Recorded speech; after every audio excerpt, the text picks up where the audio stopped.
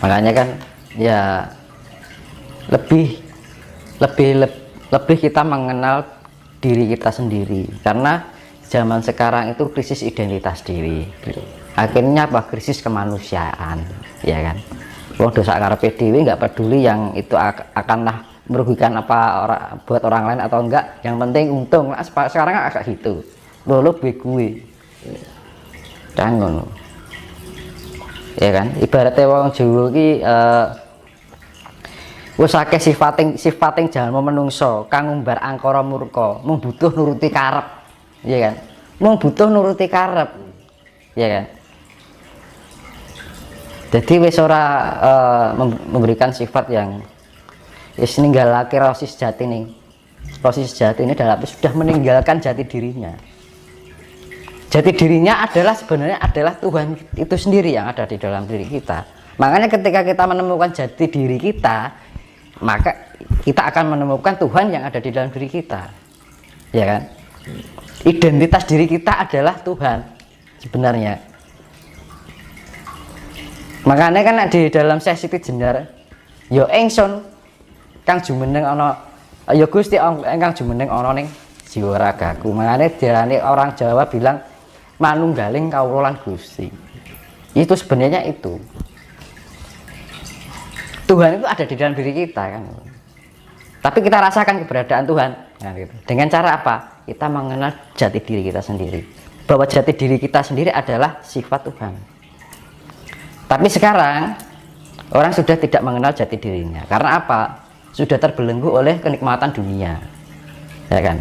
Makanya wis akeh sifat yang jamu kan seneng ngumbar angkara murka, padha ninggalake rasa sejatine kan. Mung butuh nuruti karep. Kalau orang Jawa bilang kayak gitu. Hanya butuh untuk mengumbar karsa itu. Akhirnya apa? Karsa itu mendunia, ya kan. Dan Jawa ini sebenarnya menuntut untuk mengenal jati diri. Karena apa? Bangsa ini terlalu larut lama ketergantungan dengan negara lain, ya kan. Alat transportasi impor, ya kan. Alat komunikasi impor, ajaran impor. Apa yang nggak diimpor kan gitu. Tapi keberadaan kekayaan yang dimiliki oleh Jawa sendiri nggak hanya ajarannya, alamnya, ajarannya itu juga murni kan gitu. Nah, kadang-kadang orang kita Nusantara itu kurang kreatif gitu loh. Apa-apa serba impor, ya kan. Jadi terlalu lama larut dengan ketergantungan dengan negara lain. Bahwa kita kekayaan alam kita sudah lengkap, nggak kita manfaatkan, malah diekspor, ya kan. Masalah obat-obatan, loh, yang ada di sini nggak ada di luar negeri, ya kan. Tapi orang sekarang mengimpor dari jamu obat-obatan kimia dari negeri lain, contohnya vaksin, tapi racun kan gitu kan. Sebenarnya nggak usah itu, pakai kemampuan tradisional herbal di Nusantara ini, kalau mau ya banyak gitu loh. Nggak usah impor mas ya. Nah, seharusnya kayak petinggi-petinggi ini mengumpulkan para tabib Nusantara gitu misalkan. Para tabib-tabib dari Kalimantan, Jawa, Bali, Lombok, Sumatera, jadikan satu. Tabib-tabib ini, negara kita terbebas dari virus kebal semua, ya kan. Orang luar negeri bikin virus apapun lepas, ya kan, nggak mempan. Tapi kenapa nggak dimanfaatkan? Karena apa? Negara kita ini sudah terlalu lama terlarut dalam ketergantungan dengan negara lain, tidak pernah menggunakan kekayaan-kekayaan yang dimiliki oleh negara ini. Kadang-kadang kurang kreatif gitu loh. Apa ya, kok hanya selalu dipikir sana. Nah, jati diri Nusantara ini sudah hilang. Ya kan? Kekayaan sudah diberikan kelimpahan, ya kan. Jenis obat-obatan serba ada, rempah-rempah ada, ya kan. Makanya makanan di luar negeri serba hambar, karena apa? Rempah-rempahnya kosong, nggak kayak di sini. Kalau di sini kan makanan gurih kan gitu kan, renyah, ya kan, ada rasanya gitu. Loh. Nah, makanya kan dibilang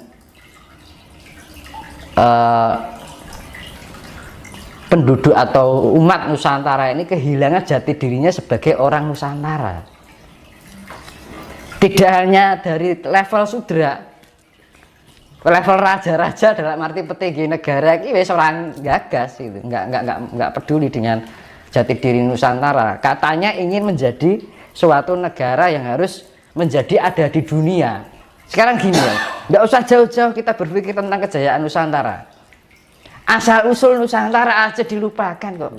Nggak usah asal usul dulu, asal usul diri aja loh, nggak tahu gimana akan memperbesar Nusantara. Kan sepele, nggak usah kita terlalu berpikir jauh. Karena apa? Kriteria Nusantara yang sebenarnya ketika manusianya itu mengenal jati dirinya, begitu juga mengenal jati diri Nusantara, berbagai budayanya dan kekayaan alamnya. Apa kita sudah membangun ini sudah cukup selesai? Enggak. No. Kadang gini Mas, orang belajar spiritual itu kadang mereka itu kan tidak tahu kan, ya mungkin belum paham apa yang diajarkan seorang guru itu benar dan tidaknya kan kita kan belum tahu. Soalnya kita baru aja mulai untuk belajar. Bagaimana cara kita untuk mengetahui jika yang diajarkan seorang guru itu benar-benar yang paling benar? Ya makanya gini, zaman sekarang itu mencari guru yang benar-benar guru itu langka. Betul. Nggak kayak dulu. Kalau dulu ada guru itu dijamu kan gini. Karena guru sekarang itu ya banyak tendensi, ya kan, dan belum istilahnya juga secara level spiritnya juga belum kayak orang-orang dulu, nggak kayak orang-orang dulu gitu. Makanya jangan menganggap diri kita atau mengangkat diri kita seorang guru kalau kita punya spirit yang benar-benar mumpuni itu. Jadi kalau aku misalkan ada nih banyak ya kan, misalkan aku ingin jadi murid mulu, aku ini masih bodoh kan gitu.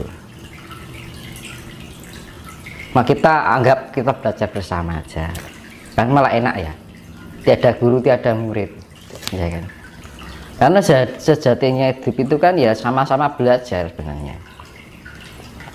Guru pun misalkan ada seorang guru pun dia juga harus belajar, merasa kita masih punya pembelajaran lagi. Jangan sampai kita menjadi guru merasa benar. Nah itu loh repotnya, karena ada yang sifatnya mentang menjadi guru merasa diri benar. Nah itu karena gini, ingin menjadi guru spiritual harus mempunyai sifat seperti Semar. Bisa dijelaskan Mas, bagaimana itu? Karena puncak spiritual yang sah secara hakiki itu karakteristiknya itu mendekati atau menyamai sifat Semar. Semar itu ya rasa sedih, nggak bisa sedih, nggak bisa senang, ya hidupnya mengalir, sederhana, tapi menikmati suatu kedamaian. Biarpun hidup sederhana tapi istimewa gitu, ya kan? Orang sekarang kan istimewa, kayak dulu baru istimewa kan. Kalau Semar kan gitu, hidupnya narimau, tidak takut disakiti orang, ya, juga tidak takut menderita, juga tidak mau diberikan suatu hal yang enak-enak, karena mensyukuri apapun yang Tuhan berikan, diberikan yang lebih malah nggak suka. Itu sifat Semar. Selalu tersenyum, memberikan tebaran kasih, kata-katanya selalu memberikan kesejukan dan kedamaian. Sifatnya mengayomi Mas. Ya, pengayom, pamomong. Nah, kalau ingin menjadi seorang guru harus bisa mendekati sifat Semar dulu. Kalau enggak gitu nanti kasihan muridnya. Betul, betul Mas. Iya kan? Iya. Betul. Hidup itu kan sebenarnya selama kita masih di bumi ini nggak ada orang yang pintar kok. Kalau orang yang sudah pintar itu sudah nggak menginjak bumi, dia bisa moksa itu baru pintar, menyempurnakan raganya. Itu baru tuh orang jos pintar itu. Orang lah kalau sudah moksa, jadi sempurna sak jiwa raga nih, itu baru orang yang pintar. Tapi kalau kita telapak kita masih menginjak bumi, itu kita masih bodoh. Makanya kan gini, saya ibaratkan ya, aku kan sering keluyuran yang apa ya namanya, ya karena mungkin perjalanan dari sekian tahun kan ada peningkatan ya. Aku kan sering menembus alam luar bumi. Lah pernah melihat bumi itu nggak kelihatan. Lah aku kadang berpikir, bumi kok kecil kan gitu, kok kecil. Terus manusianya seberapa? Lah kadang-kadang gini, manusia baru mempunyai suatu kelebihan yang entah itu secara materi atau non materi, dia merasa sombong. Padahal kalau dilihat dari sana itu bumi aja nggak kelihatan apalagi manusia kan gitu loh. Nah kadang-kadang misalkan Sang Maha Pencipta bisa berbicara itu ingeti wong ki kadang geleng-geleng kan gitu loh gampangane. Kok menungso hanya sebutir merica aja nggak ada, kok sudah merasa diri aku ini aku itu. Nah itu loh, merasa ini merasa itu, kadang-kadang gitu, sombong dengan ucapannya, sombong dengan apa yang dia miliki, apa yang dia mampu. Iya kan? Jagat itu kan ada 7 sab kan, jagat 1, jagat 2, 3 sampai 7. Apakah dari masing-masing jagat antara 1, 2 dan seterusnya itu ada kehidupan? Ada penyaringan itu namanya. Jadi kayak penyaringan, jadi semakin orang menuju sempurna itu semakin selektifnya itu semakin kecil. Jadi kayak disaring gitu loh, saring ini misalkan kayak kayak apa namanya yang kita turnamen bola itu loh. Iya toh? Kompetisi saring lagi, kompetisi saring, ya kayak gitu. Hidup itu seperti itu sebenarnya. Jadi ada sub gitu. Mas, ini masih ada kaitannya dengan spiritual Mas. Ini kayaknya menarik untuk kita bahas. Apakah kebutuhan spiritual itu hanya dapat diisi dengan beragama saja? Gimana? Apakah kebutuhan spiritual hanya bisa diisi dengan beragama saja? Beragama? Menurut Mas Dimas bagaimana? Ya, ya namanya spiritual itu saya bilang tadi, kalau ciri-ciri orang spiritual itu mempunyai pola pikir yang universal. Kalau kita hanya berpikir pada suatu golongan ajaran, ya menyempit kan. Seakan-akan lingkup spirit kita hanya dibatasi sekat-sekat. Makanya kalau mempunyai jiwa yang benar-benar spirit itu sifatnya harus universal, fleksibel. Semua agama nggak ada yang salah baik. Tapi kenapa harus disekat-sekatkan? Tujuannya juga sama. Jadi digolek apa lah Gusti Allah toh? Iya kan?